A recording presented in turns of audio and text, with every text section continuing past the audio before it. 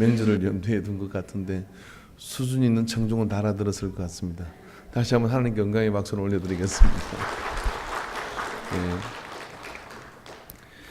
예배 시간에 졸면 죽습니다.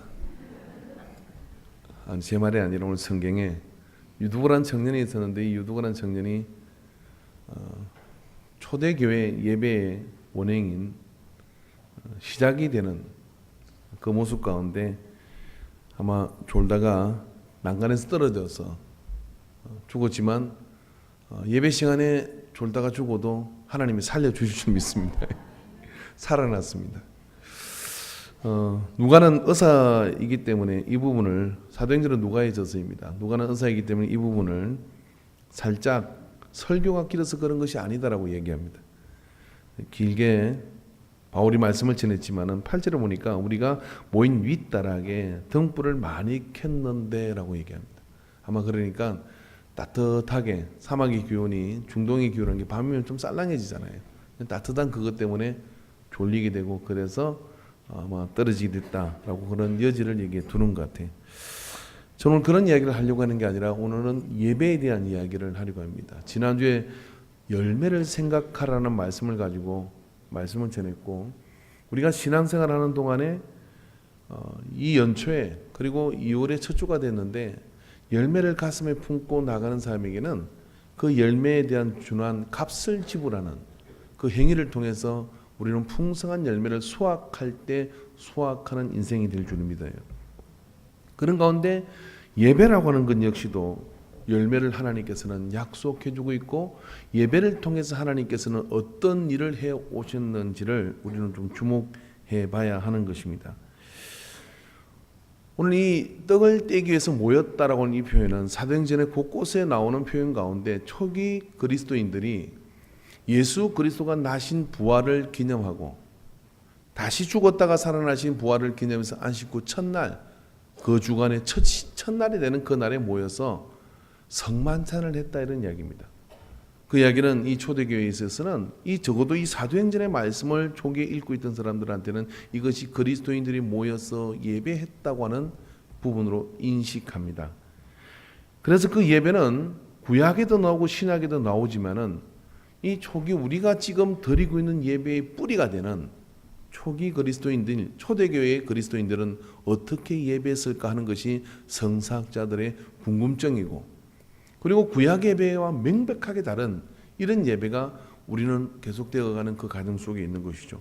그러기 위해서 우리가 예배가 뭔지에 대한 질문을 던져봐야 됩니다. 예배는 일반적으로 존경하는 대상에 대한 공경의 뜻을 표시하는 일, 종교에 있어서는 인간이 절대자에 대해 순경심을 표현하는 일체의 행위를 말한다라고 사전적으로 정의합니다. 그러니까 숭고하고 경건한 마음을 가지고 절대자라고 내가 따르는 분에게 그 마음을 표현하고 그렇게 표현하기 위해서 하는 행위 자체를 예배라고 하는 것이죠. 그런 예배가 바로 오늘 우리가 이 자리에 앉아서 드리는 예배입니다. 구약의 예배와 우리가 초대 그리스도인들이 드렸던 오늘 우리의 예배에 큰 차이가 있다 그러면, 구약의 예배는 대개 다 그런 것은 아니지만 짐승의 피를 따르는 제사의식이 동반되었고요, 절기를 따라서 그 예배를 드렸던 것입니다. 그리고 일정한 어떤 기간을 가지고서 매주 안식일마다 예배를 드린 건 아닙니다. 안식일은 해당에 모여 성경 공부를 한 것입니다. 안식일을 지키고 그리고 그곳에 오면서 토라를 읽고, 저들이 포로기에 제사를 드릴 수 없는 그 시기에 만들어진 그런 전통에 따라 그들은 해당 문화가 일어나게 되는 것이죠. 그렇게 드리는 겁니다. 그것과 예배는 차이가 있는 것입니다. 그런데 예수님께서는 그 예배에 대해서 우리에게 드릴 때가 올 것이라고 말씀해 주고 있어요. 요한복음 4장 20절부터 26절의 말씀을 보면 사마리아 우물가에서 한 여인을 만나서 예수님은 예배에 대한 이야기를 하게 됩니다. 이 여인이 먼저 예배에 대해서 질문합니다. 남편이 5이나 있고 한낮에 뜨거운 그 태양빛을 무릅쓰고 물을 길들어 올 정도로 동네에서는 왕따가 된 여인입니다. 그런데 이 여인이 우물가에 있는 예수님을 만나서 이런저런 이야기를 하게 되죠. 물 가지고 실갱을 하다가 이런 질문을 합니다. 우리 수상들은 이 산에서 예배하는데 당신들의 말은 예배할 곳이 예루살렘에 있다 하더이다. 예수께서 이르시되 여자여 내 말을 믿어라. 이 산에서도 말고 예루살렘에서도 말고 너희가 아버지께 예배할 때가 이르리라. 그렇게 말씀하셨어요. 그 이야기는 어떤 이야기냐면 예수님은 예배가 구약 성경의 예루살렘을 중심으로 드리는 그 예배를 이제 파하겠다는 겁니다. 그리고 예수님은 그 예배가 사마리아 사람들이 그 산에서 드리는 예배도 온당치 않다고 이야기하는 겁니다. 그리고 미래적으로 그런 예배가 올 것이다, 그렇게 얘기하는 겁니다. 너희가 알지 못하는 것을 예배하고 우리는 아는 것을 예배하노니 이는 구원의 유대인에서 남이니라. 아버지께서 참되게 예배하는 자들을 영과 진리로 예배할 때가 오나니 이루어지지 않았다. 근데 올 것이다. 곧 이때라. 아버지께서 자기에게 이렇게 예배하는 자들을 찾으시느니라. 하나님은 영이시니 예배하는 자가 영과 진리로 예배할지니라. 예배의 헌장과도 같은 말씀을 예수님이 해주십니다. 우리는 바로 예수님께서 말씀하신 이 예배의 전통을 따라 되어져 온 것입니다. 그것은 굉장한 문화 충격이었을 것입니다. 왜냐하면 구약의 제사법으로 다 드리고 있던 그 예배가 갑자기 예수님께서 말씀하시는 영과 진리로 예배하는 그 예배가 추상적이고 또 무엇인지 모호하기 이를 데 없기도 하고 또 어떤 형식을 가지고 있는지도 예수님은 말씀하지 않으셨어요. 예수님께서 이렇게 해주시면 좋을 것 같습니다. 주기도문을 가르치는 것처럼 너희가 이렇게 기도하라 라고 말씀하시고 기도문을 가르쳐 준 것처럼 말입니다. 적어도 예배에 대해서는 조목조목 이렇게 설교는 15분을 하고 성가대는 5분짜리 찬양을 하고 부터 시작해서 이렇게 가르쳐 주시면 좋을 것 같아요. 왜냐하면 전 세계를 돌아보면 예배의 형식과 예배의 어떤 그런 모습들은 다양하기가 이를 데 없습니다. 근데 몇 가지 공통점들이 있는 것이죠. 그 공통점들, 그거 변화되지 않는 그런 것들은 어떤 것들이냐면 무엇을 예배하느냐. 그런 어떤 예배에 대한 공통점, 예배의 대상이 누구인가? 변하지 않았습니다. 예배의 대상은 하나님이십니다. 예배의 내용도 변하지 않습니다. 이 성경의 말씀을 가지고 전가하고 하나님께 찬미와 제사를 올려드리고 기도를 통하여 청중과 우리의 모든 마음을 하나님께 올려드리며 예물을 드리며 이것은 변하지 않아요. 예배의 목적도 바뀌지 않습니다. 그런데 예배의 형식은 끊임없이 변화되어 왔습니다. 제가 오늘 좀 이상한 옷을 입었잖아요.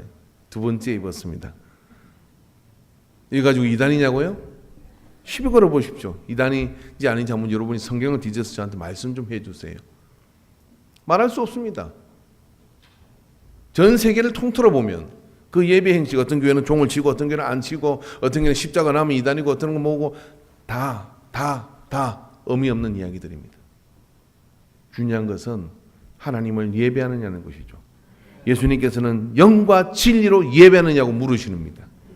그게 예배인 것이죠. 근데 너무나 놀라운 사실은 어떤 사실인지 아십니까? 사람들은 예배에 대해서 잘 몰라요. 옆 사람한테 물어보십시오. 지금 뭐 하고 있습니까? 그러면 어떤 사람은 이렇게 말합니다. 공연을 보러 왔습니다. 오늘 목사님이 어떤 쇼를 보일지. 어떤 사람이 이렇게 말합니다. 강연을 들어서 좋은 이야기를 들으러 왔습니다.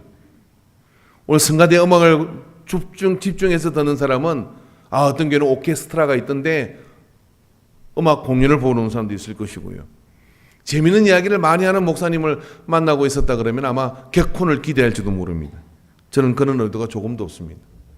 근데 사도행전은 오늘 뭐라고 얘기했냐면 초대교회가 유일하게 붙들고 가는 것 한 가지는 뭐냐면 저들이 오늘 떡을 때려 모였다고 하는 거예요.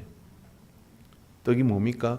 예수님의 죽으심과 예수님이 그 떡으로 우리를 영생할 양식이 되가고 영생할 음료가 되게 하셔서 그가 우리의 죄를 다 도말하시고 죽으시고 부활하신 것을 기념하게 그들이 부활이 임하는 매주마다 모여 그 예배를 드렸다고 하는 거예요. 그래서 그 예배가 오늘 이 본문 안에서도 사도행전에서도 드리는 거죠. 이 지역은 두로아 지역입니다. 이 두로아 지역에서 그런 예배가 오늘 바울과 함께 아주 초기 형태의 모습을 가지고 예배를 드렸어요. 적어도 여러분이 거기에 없는 것을 감사하시기를 주님은 바랍니다. 왜냐하면 그들은 오늘 이 본문에 보면 밤이 맞도록 밤새도록 예배를 드렸어요. 모여가지고 떡을 떼기서 모여가지고 저도 사도 바울이 10시간은 넘게 설교를 한 것 같습니다.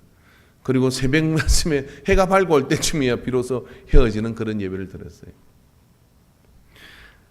그런 모습에서 예배는 점점 발전하기 시작하고 또 예배는 점점 어떤 행식을 갖추기 시작하면서 문화와 어떤 지역의 특징들을 안으면서 예배는 끊임없이 되어 왔습니다. 전 세계에서 종을 치고 예배를 드리는 교회는 대한민국 교회밖에 없다 그러죠.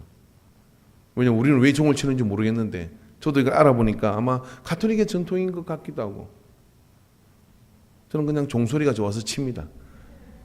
다른 이유 없습니다. 시작을 알리고 학교종이 울리면 들어가고 나오가 치는 것처럼. 그 여러 가지 의미를 또 부여할 수 있겠지만은 제가 드린 이야기는 예배가 뭐냐고 할 때 그 예배가 본질적으로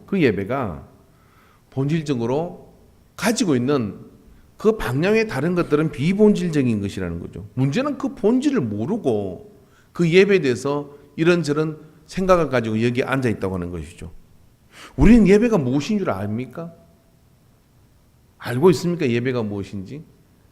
모른다고도 말 못하겠고 안다고도 말 못하겠죠. 안다고 하면 제가 물어서 설명해 보라 할 것이고 모른다고 하면 그것도 모르고 예배를 드리고 있냐고 할 것이고 그렇지 않습니까? 근데 여러분 종교개혁식이에요.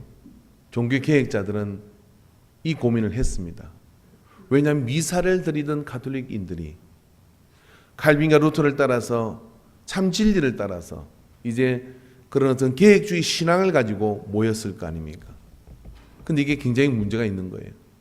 신부처는 고해 성사를 받지도 않고 그 다음 앞에서 무슨 향을 흔들지도 않고 그러니까 이게 참 문제가 있는 겁니다. 그래서 어떻게 했냐면 이 사람들이 한동안 우리 100년 가까이 동안 그들은 교회 나오면 그분들을 예배 시간에 다른 장소에 모아가지고 예배가 무엇인지를 4주 동안 가르쳤어요. 예배는 이런 것입니다. 예배는 이런 것입니다고 가르친 것이죠. 저는 참 잘했다고 생각을 합니다. 왜 그러냐면 오늘 현대 교회를 보면 예수를 5년 믿고 10년을 믿었음에도 불구하고 예배가 지금 어떤 일이 여기서 벌어지는지에 대한 인식이 없어요. 예배를 통해서 어떤 것을 해야 하는지 그 인식이 없어요. 소름이 끼칠 정도로 없습니다. 그런데 교회 다닌다 그러고 그런데 예수 믿는 사람이라고 그러고 그런데 집사가 되고 그런데 근사가 되고 심지어는 목사도 될 수 있습니다. 예배를 포기하는 것은요 대단히 심각하고도 위험한 일입니다. 예배를 제대로 할 때 어떻게 되느냐면 이 예배를 통해서 일어날 수 있는 놀라운 일들이 그 속에 일어나는 거죠. 여러분 예배는 여러분 주님이 만드신 거예요.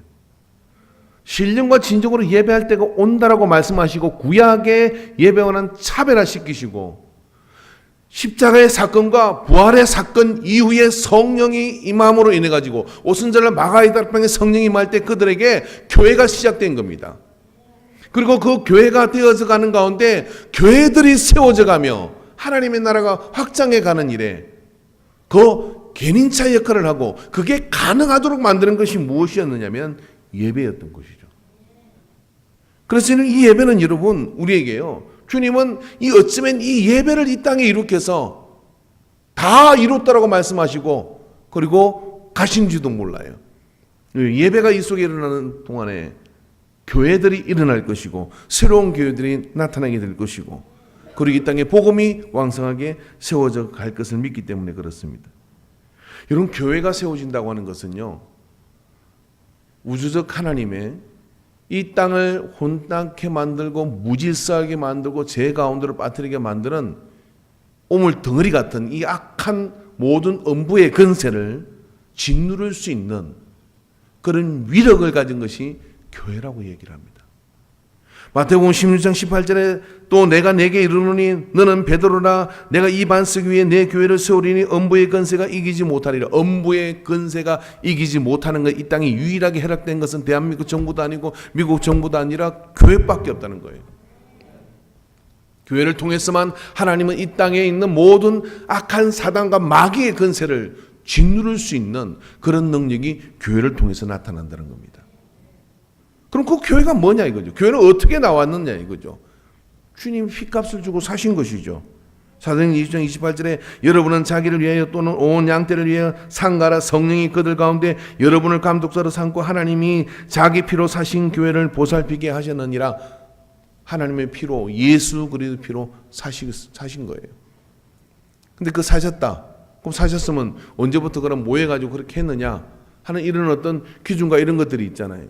그런 것들에 그 모호한 어떤 실천되는 과정, 행해지는 과정, 교회가 만들어지는 과정의 중심에 뭐가 있느냐 하면은 예배가 있는 거예요.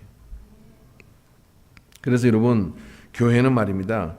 교회는 예배로 시작해서 예배로 끝나는 것이 교회입니다. 근데 교회에서 예배 빼고 이야기하고 예배를 축소시키고 뭐 다른 일을 하자, 그건 교회가 교회들께서 포기한 거예요. 교회는 예배를 위해서 건물을 짓는 거고요. 예배를 위해서 조직이 있는 것이고요. 예배를 통해서 일을 하는 겁니다. 할렐루야. 여러분, 우리는 교회 안에 예배당보다도 더 큰 수영장 치면 안 됩니다. 우리는 스포츠 센터가 아니기 때문에 그래요. 다목적 건물을 지어서도 저는 안 된다고 생각합니다. 예배를 위한 공간으로 제한해야 됩니다. 제가 성전을 얘기하는 것이라고 오해한다 그러면 그런 이야기 하는 것을 좀 공부해서 알아보시기 바랍니다. 건물 자체가, 이 해당 자체가 예배의 기능을 가장 강력하게 잘할 수 있는 그런 공간으로 만들어야 된다는 거예요. 왜냐하면 교회는 여러분 예배 중심으로 되는 거, 예배를 통해 교회가 나오는 것이기 때문에 그래요. 사도행 신경을 보면 거룩한 공교회라고 그렇게 고백을 합니다. 거룩한 공교회와 성도가 서로 교통하는 것이라고 그렇게 얘기합니다. 교회, 그걸 구체적으로 이야기하면 예배 공동체를 교회라고 합니다. 개인적으로는요, 그리스도를 주로 고백하는 사람들의 모임이지만 그 모인 사람들이 하는 가장 대표적 행위는 뭐냐면 예배인 것이죠. 그래서 예배 공동체인 것입니다.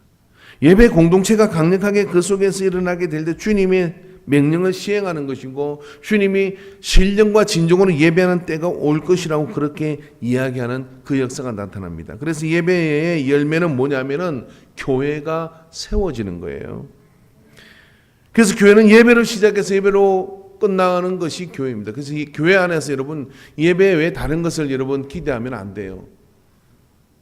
이상한 사람들 있잖아요. 짜장면 집에 가서 냉면 달라고 그러고, 냉면 집에 가서 여기 짬뽕 없느냐 그러고, 그럼 마음 좋은 주인은요 없습니다라고 얘기하지만요, 저 같은 주인을 만나면 이게 미쳤나 옆집으로 가라고 그렇게 얘기할 거예요. 왜 그러냐면 간판이 다른 거잖아요. 교회는 여러분 뭘 기대해야 되느냐면 예배 외에 다른 것을 기대하면 안 돼요. 예배가 가장 중심이 되어서 그 예배로 시작해서 그 예배가 생명처럼 가장 값지게 들어지는 그 예배를 기대하고 나갈 때 예배가 보장되는 교회, 그리고 그 예배를 통하여 하나님의 나라가 왕성하게 서가는 교회, 그런 교회가 역사가 있는 것이죠. 그래서 교회는 예배 공동체이고, 오늘 우리가 말씀에 아까 전에 봤던 요한복음 4장 20절에 나오는 예배를 가지고 물었던 이 헷갈리는 여자, 남편이 다시 있어서 어떻게 될지 모르는 방황하는 이 여인이 말입니다. 어떻게 됩니까? 물동이를 버려두고 동네로 쫓아 들어가서 내가 그리스도를 만났다라고 그렇게 이야기를 해요. 그 그리스도를 만났다고 이야기하는 가장 정점의 대화가 뭡니까? 예배가 무엇인지를 알게 될 때 자기 삶의 정체성이 확 확립돼 버리는 거예요. 그래서 나가서 동네 사람들한테 이야기하는 거예요. 내가 그리스도를 만났다 그렇게 이야기하니까 온 동네 사람들이 나와서 우물가에 있는 그리스도에게 와서 그 제자들에게 와서 복음을 듣게 되는 역사가 나타나는 것이죠. 자, 여러분, 우리가요 예배를 정말 알면 그 예배 생활이 치밀해지고 깊어지고 소중해지고 가치 있는 것으로 바뀔 때 우리를 통해 하나님께서는 우리 교회를 세워주십니다. 그런 사람을 통해서 하나님께서 어떻게 하냐면 다른 지역에 또 다른 교회들을 세워주는 거죠. 예배 장소들을 세워가는 겁니다. 인광교회 역사를 보면 여러분 안중교회와 여기 이 주변에 있는 많은 그런 인광에서 개척한 교회들이 있잖아요. 그런 교회들이 어떻게 해서 세워지게 됩니까? 그쪽 멀리서까지 오는 사람들이 오기가 너무 힘든 그런 상황 속에서 목사님이 가서 그곳에서 예배를 인도하는 것이 출발이 되어 안중교회가 되었고, 출발이 되어 신영교회가 되었고, 저기 신포교회가 되었고, 그런 교회들이 세워진 것이에요. 내기교회가 되었고, 가서 예배를 드리는 그곳에 뭐가 생기느냐면 교회가 세워지게 되는 거예요. 예배를 생명처럼 드리는 곳에서 어떤 일이 벌어지냐면 하나님의 교회가 왕성하게 일어나게 되는 겁니다. 그런 역사가 일어나게 될 때 그 속에서 하나님은 역사의 축을 움직이는 일을 하셔요. 작년에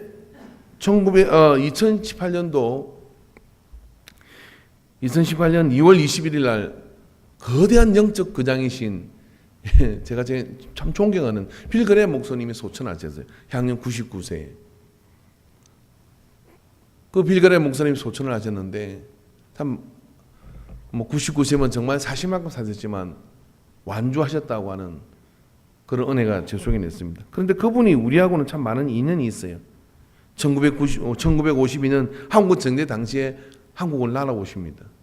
폐허가 된 이곳에서 서울에서 그리고 부산에서 두 번의 집회를 해요. 예배를 하나님께 올려드린 것이죠. 그 예배를 드릴 때 정말 이 땅에는 폐허와 희망이라고는 찾아보기 어려운 곳이었습니다. 그런데 설교 주제가 뭐냐면 나사로야 일어나라 이것이었어요.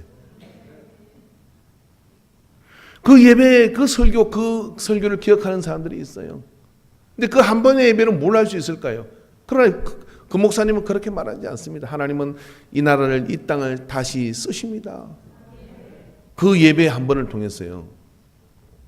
우리는 제 생각입니다만은, 저는 그걸 믿습니다만은, 전쟁의 폐해에서 일어나는 힘을 얻었다고 저는 믿습니다. 여러분, 정치 외교학 교수를 제가 아는 분이 있는데, 그분이 소비에트 연방이라는, 지금 소련 말고요, 소비에트 연방이라는 정말 공산권으로서 방대한 나라를 가지고 있었던 여러 나라들을 하나로 깨고 있었던 그 소비에트 연방이 무너지고 와야 되고 해체될 것이라는 것을 아무도 예견한 정치외교 학자가 없었다고 그렇게 얘기하더라고요. 자기가 그걸 좀 미리 알았으면 그걸 예견해가지고 좀 떴을 건데 그렇게 못 떴다고 그렇게 얘기하더라고요. 근데 소비에트 연방이 그렇게 무너질 그런 전혀 가능성이 힘들긴 해도 그 강력한 그런 어떤 철권 통치를 가지고 그렇게 장악하고 있던 이 연방이 어떻게 무너졌을까? 정확히 그 소비에트 연방이 무너지기 2년 전에 무슨 일이 있냐면 이 빌그레암 목사님이 그 소련의 어려운 그런 사정 속에서 말입니다. 막대한 돈을 주고 한 가지 요구하는 것이 있었어요. 나 소비에트 연방 공산당사에서 한번 설교하게 해달라. 그렇게 얘기를 했어요. 그리고 그 요청이 받아들여졌어요. 그리고 가서 역사상 찾기 어려운 무신론이고 유물론적인 그런 공산권 그 핵심 중심부에 가서 이분이 설교를 합니다. 하나님은 러시아를 얼마나 사랑하는지 모릅니다. 그러면 이 러시아에 있었던 그 믿음의 전통들과 그런 것들이 무너진 것에 대해서 지적하고 그리고 하나님의 성경으로 돌아가야 된다고 그런 설교를 합니다. 그리고 2년 있다가 소비에트 연방이 무너져요. 북한 정권은 더 독한 것 같습니다. 이번에 또 북한까지 갔어요. 가가지고 김일성한테 성경을 주면서 예수 믿으라고 얘기를 했습니다. 이게 김일성 이 3부자가 독한 것 같아요. 근데 이번의 믿음은 어떤 것이냐면 어떤 얼어붙은 땅이라도 어떤 곳이라 할지라도 예배가 회복되고 예배가 드려질 수 있다 그러면 그곳에 하나님은 역사의 축을 바꾸고 그곳에 하나님은 일하셔서 많은 환경을 바꾸는 그런 역사를 일으킨다고 하는 거예요. 2019년도 지금도 여전히 뉴스의 모든 부분에 있어서 관심의 대상이 되는 나라는 미국입니다. 경제학 국가를 자처하고 최근에 좀 힘이 약해지는 것 같지만 그래도 그런 긴 역사 동안 어떤 그런 강력한 나라를 유지할 수 있는 힘이 뭘까? 그들은 청교도라는 사람들에 의해서 남다르고 구별된 그런 예배를 드리기 위해서 신대륙을 향하게 됩니다. 그 신대륙 하는 동안에 첫 해개월을 지나며 반이 다 죽어요. 굶주림에 죽고 병에 죽고. 그런 다음에 수수한 것을 가지고 하나님께 감사를 드리고 예배를 올려드리죠.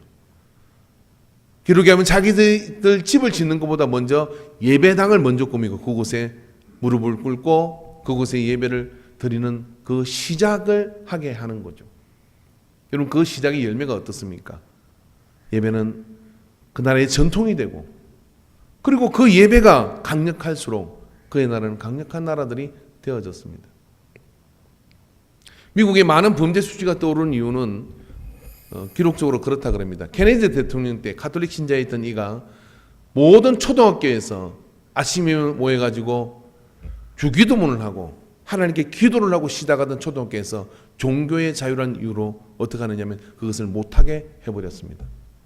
정확하게 미국에 있는 그 통계학자가 이런 이야기를 하는데, 범죄가 올라가는 수치와 그 시점을 비교해 보면 이렇게 범죄가 올라가다가 급상승하는 일이 벌어진다 그래요. 여러분, 예배가 위협당하고 예배가 위축될 때 일어나는 현상을 우리는 역사 속에서도 입증할 수 있습니다. 그렇다면 자 여러분, 우리가 드리는 예배는 어떤 예배일까요? 나 하나 위로받기 온 예배일 수 있겠습니까? 내 마음에 어떤 평안을 얻는 수준의, 그것도 맞을 겁니다. 그렇지만 그것으로 끝나는 것일까요? 아니에요. 아니에요. 이 시대 속에 하나님께서 우리를 예배자로 불러주신 거예요. 가끔 저는 국회의사당에 있는 그런 어떤 국회 회의하는 모습을 이렇게 보다가 카메라맨들이 2층에 있다가 이렇게 뭘 자꾸 찍잖아요. 어떤 의원은 이게 뭡니까? 회의 시간에 핸드폰을 야동 보다가 찍혀가지고 배지를 떼야 되네 말아야 되네 그렇게 하고, 어떤 분은 막 졸잖아요.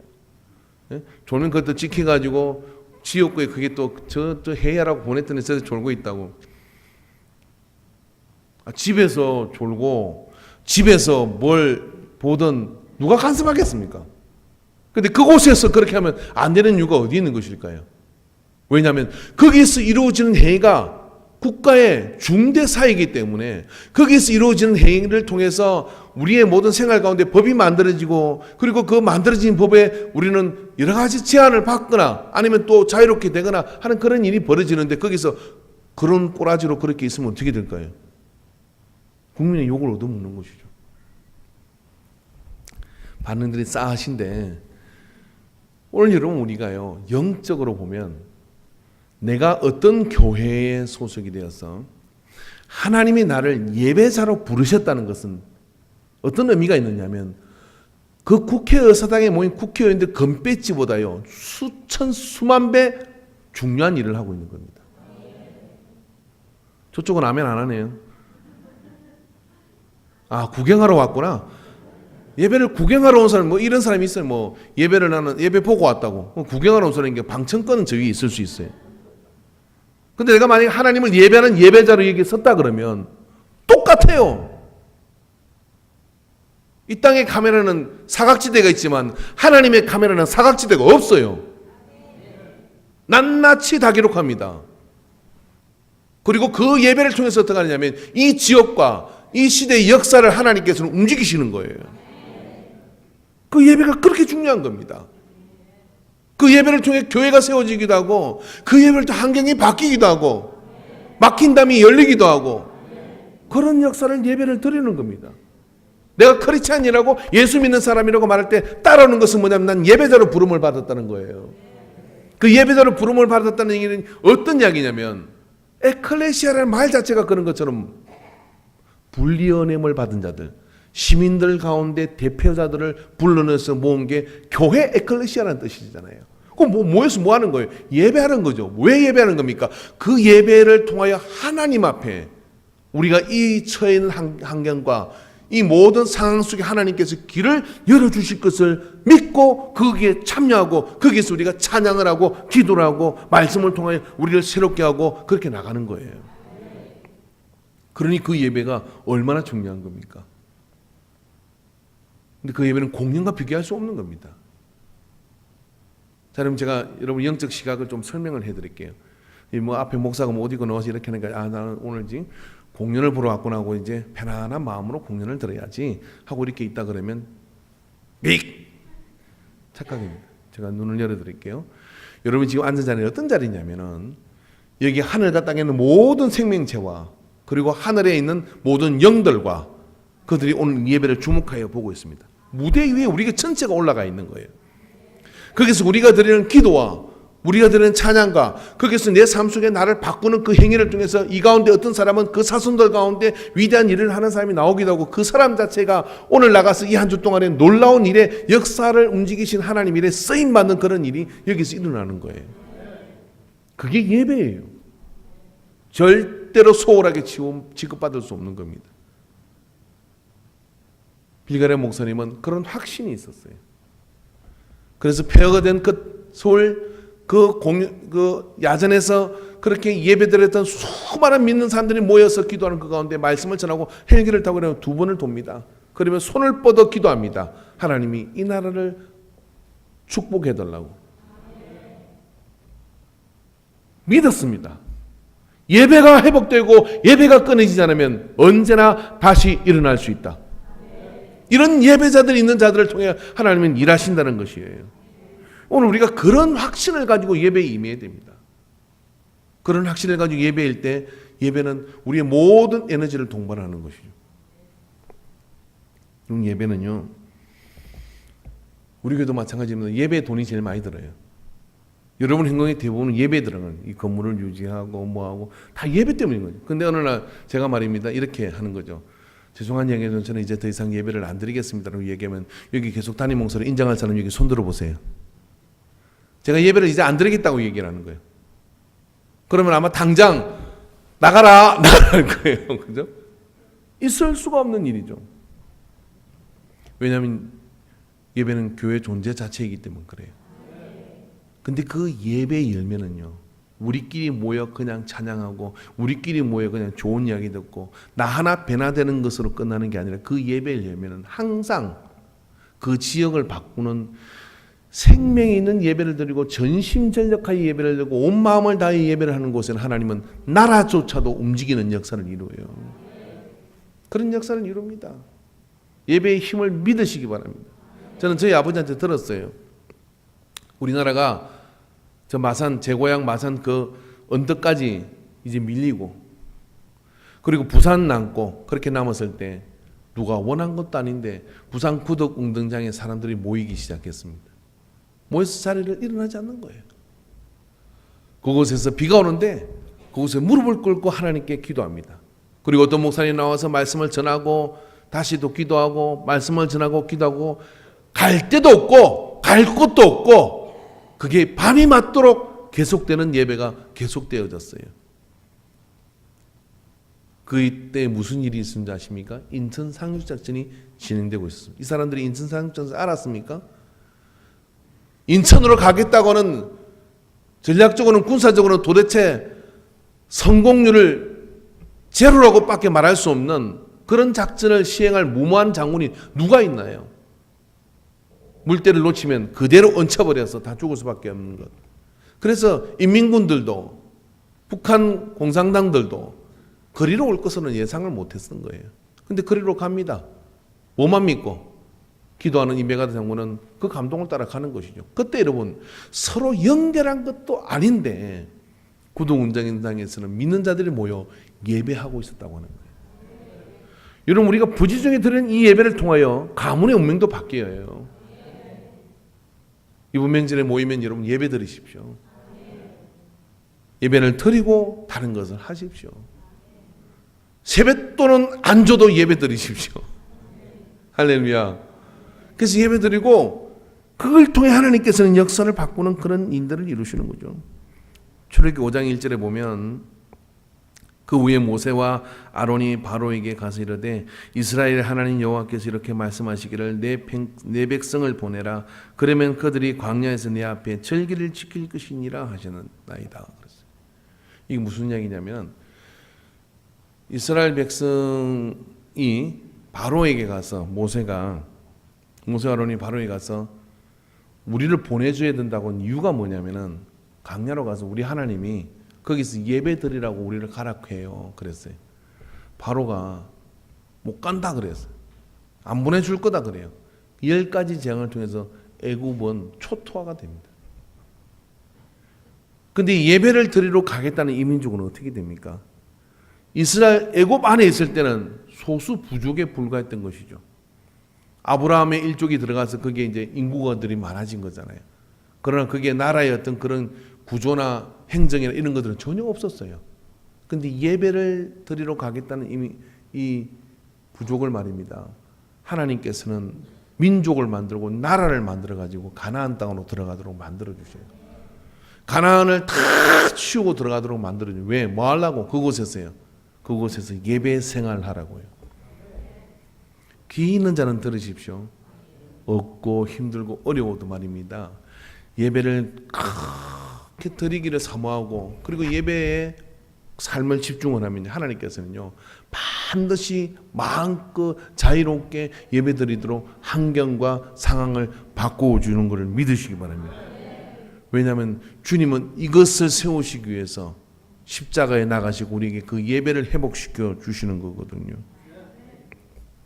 여러분, 예배의 열매는 예배자입니다. 예배의 열매는 오늘 우리가 예배의 열매인 것이죠. 여러분 생각해 보십시오. 우리에게 예배가 없었다면 우리가 오늘 와서 예배를 드리겠습니까? 이것을 모이겠습니까? 변화된 삶을 살겠어요? 우리가 변화되는 가장 강력한 통로는 뭐냐면 예배입니다. 그래서 예배를 놓치고 변화를 이야기할 수 없어요. 여러분, 예배는 강력한 변화의 에너지를 품고 있어요. 초대교회 부흥은 반드시 예배를 통해서 일어나는 거죠. 혼자 집에서 10시간 기도하는 거고 예배에 1시간 참석하는 거고, 저는 결단코 단언컨대 혼자 집에서 10시간 숨은 시간을 아니 24시간을 계속 기도하는 것보다요 예배에 나와서 두세 사람이 모인 것은 다 너희 가운데 있는다고 말씀하셨고요, 그 예배를 통해 받으신 하나님의 영광과 능력이 훨씬 더 커요. 집에서 막 기도 많이 하고 막 성경 많이 보고 예배 시간 졸고 있으면 허당이야. 차라리 집에서 잘 쉬고 예배에 집중하시기 바랍니다. 꼭 공부 못하는 사람들이 어떻게 합니까? 수학 시간에 영어하고 영어 시간에 수학하고 그래가지고 성적은 거지같이 나오고 기도원 가서 쫓아가서 기도하고 여 가서 어떻게 하고 저렇게 하고 어떻게 하다 본 예배를 놓쳐버려. 똑같아요. 주님이 우리를 교회 구성원으로 부를 때 그냥 부른 것이 아니라 하나하나를 기둥으로 불러주신 거예요. 그리고 퍼즐처럼 크게 불러주신 겁니다. 그리고 그 퍼즐들이 맞아서 함께 힘을 낼 때 어떻게 되느냐면 한 개인이 도무지 할 수 없는 위대한 역사들이 거기서 나타나요. 그게 예배자예요. 예배자의 의식을 가지고 예배를 드릴 때 내 믿음이 성장해요. 예배자의 의식을 가지고 내가 나갈 때 그 속에서 하나님의 역사가 나타나는 거죠. 저는 내년에 올해 싸이 공연을 한번 가보려고 해요. 싸이 가수의 공연을 가보려고 해요. 왜 가보려고 하느냐고요? 되게 아주 그냥 재밌겠더라고. 갔던 친구들이 이야기하는데 여름에 가면 너무 좋아요. 목사님 막 물도 막 뿌려주고. 싸이 공연 특징이 있더만요. 그분이 원래 2시간 공연되어 있으면 공연장을 계약할 때 아예 하루를 다 빌린대요. 2시간만 빌리면 되는데 하루를 다 빌리는 거예요. 왜? 어디로 갈지 모르는 거예요. 그래서 2시간 공연을 한다고 해놔놓고 4시간도 되고 6시간 되고 하는데 문제는 청중이 집에 가지 않는다는 거예요. 안 오니까 어떻게 하냐면 계속 미친 듯이 뛰는 거죠. 와, 내가 그 관객을 꼭 보고 싶어서 가고 싶은 거예요. 왜? 우리 예배는 무슨 5분만 지나도 인상을 틀고 5분만 지나도 시계를 보고 뭐가 그리 급한지 그냥 일어나서 숙소 전에 도망가고, 어떻게 거기는 앵콜에 2시간을 더, 본 공연 2시간인데 2시간 더 해가지고 나중에 옷버스 제끼고 갈 때까지 가보는 거야 그러면서 막 뛰다가 밤 새우고. 세상 마귀는 저렇게, 그것도 일종의 대중문화 예배 아닙니까? 근데 그렇게 막 그 공연과 그 모이는 시간에 온갖 에너지를 다하는데 우리는 개심치 한눈 뜨고 있다가 눈 뜰만 하면 집에 가고. 이게 싸움이 되나요, 이게? 예배 끝나고 영화 보러 갈 생각이 오늘 또 설 특선 영화니까 그 시간 맞춰가지고 뛰어가는 족속들. 그 중에 몇 명 있구나. 예배자는 절대 그럴 수 없어요. 그 예배 시간에 내 가슴이 메어져서 자리를 일어날 수가 없어. 남들이 보는 것 같아서 창피해서 나가는 척하다가 다시 돌아와서 엎드릴 수밖에 없고, 그 예배 시간에 주님 내가 만나고 가야 된다는 절박함 때문에 매달리는 예배, 그런 예배가 영 없는 건 아니더라고요. 교회마다 좀 특징이 있긴 합니다만 어떤 교회 몇 년 전에 들은 이야기인데 그 교회는 24시간 예배를 드려보자 해가지고 진짜 24시간 예배를 드렸어요. 찬양하고 기도하고 또 설교하고 뭐 중간에 들랑거리는 사람이 있었지만 또 오고 또 오고 또 해가지고 올 24시간을 예배를 주님을 드립니다. 그거 하나 소문 나가지고 그 교회는 대박 났어요. 부흥했어요. 야, 저런 예배 드리는 교회가 있냐? 그 교인들은 어떤 교인들이냐? 이 시대에 살아있는 예배자들이다. 우리 한번 해볼까요? 이쪽만 하면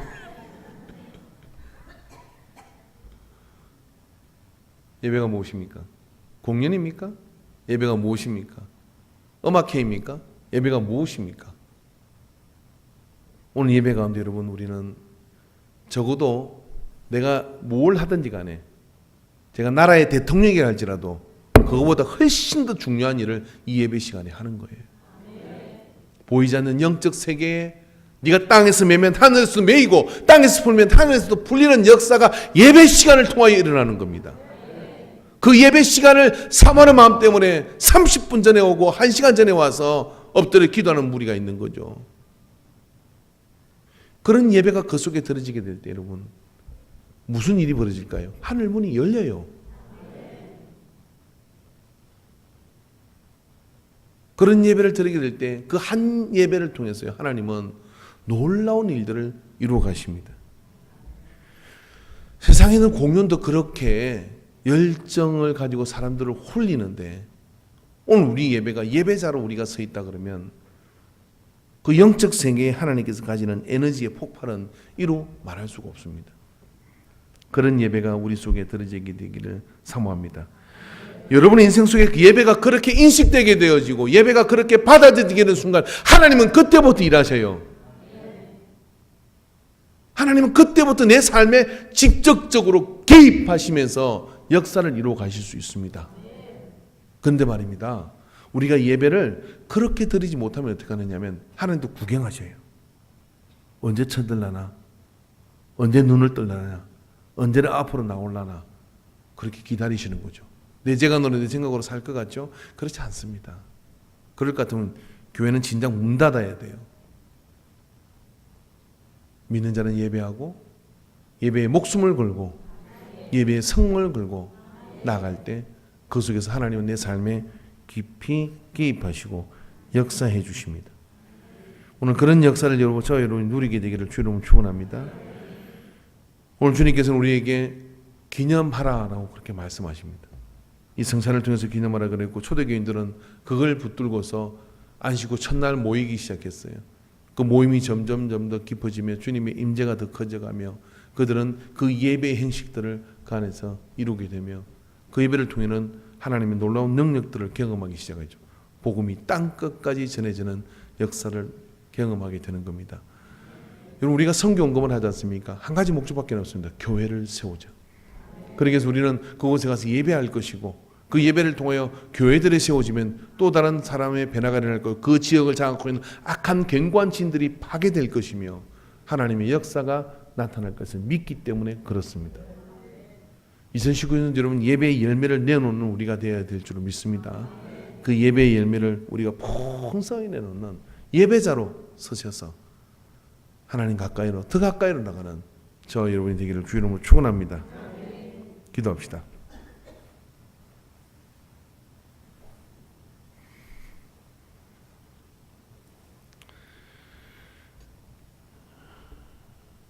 주님 우리에게 예배에 몰입하는 그래서 예배를 통하여 하나님 내게 허락하신 세상을 보는 눈이 열리게 하여 주시옵소서. 주께서 우리 가운데 함께 하시고 우리 가운데 역사하셔서 하늘의 뜻을 우리에게 일러주시옵시고 예배의 열매를 맺는 우리 모든 가정이 되게 하여 주시옵시고 삶이 되도록 역사해 주시옵소서. 능력의 하나님께서 함께 해주신 것을 믿습니다. 이 시간 우리 잠깐 합심해서 기도하는데 예배 자로 서는 그 은혜를 우리가 사모하고 주님, 내 안에 예배가 회복되게 하여 주시옵소서. 오시부지 예배가 회복되게 하여 주시옵소서.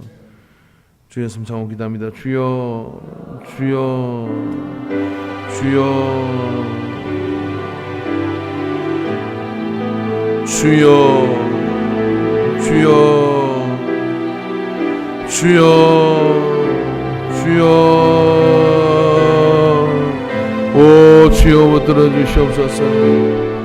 언제나 예배 구경꾼의 자리에 멈춰 있었다면 이제 예배자의 자리에 서게 하여 주시고, 주님이 나를 불러주셔서 이 거룩한 공예배를 통하여 이 땅에 하나님의 나라가 이루어지도록 인도하여 주시는 것을 믿습니다. 가정에서 예배가 회복되게 하여 주소서. 내가 속한 교회의 예배가, 아버지 하나님, 소중한 그 예배가 그 예배자로서 나를 통하여 완전해지게 하여 주시옵소서.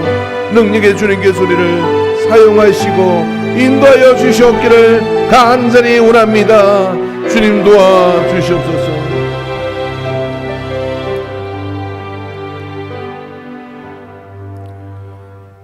주님의 이 땅에 교회를 허락하시기 위해 십자가에서 몸을 주셨습니다. 그리고 우리에게 이것을 기념하라고 말씀하셨고, 초대교회 교인들은 그 말씀을 따라 첫날 모여 떡을 떼며 주님을 기념하고 주님의 가르침인 말씀을 배우고 그 속에 자기를 깨뜨리며 변하여 새롭게 되는 정인들을 내놓기 시작했습니다. 오늘 아버지 하나님, 우리 안에도 이와 같은 예배 회복의 역사가 있어 예배 부흥에서부터 시대의 부흥이 이어지도록 인도하여 주시옵시고, 그 일에 우리가 헌신하게 하여 주시옵소서. 언제나 구경꾼의 자리에 있지 아니하고 손을 내밀고 마음을 내밀고 걸음을 옮겨서 예배자로 서서 나를 통하여 하나님께서 이루시는 은혜의 통로가 내 곁에 있는 사람들에게로 흘러가는 그런 영적 세계를 알게 하여 주옵소서. 예수님의 이름으로 기도하옵나이다. 아멘.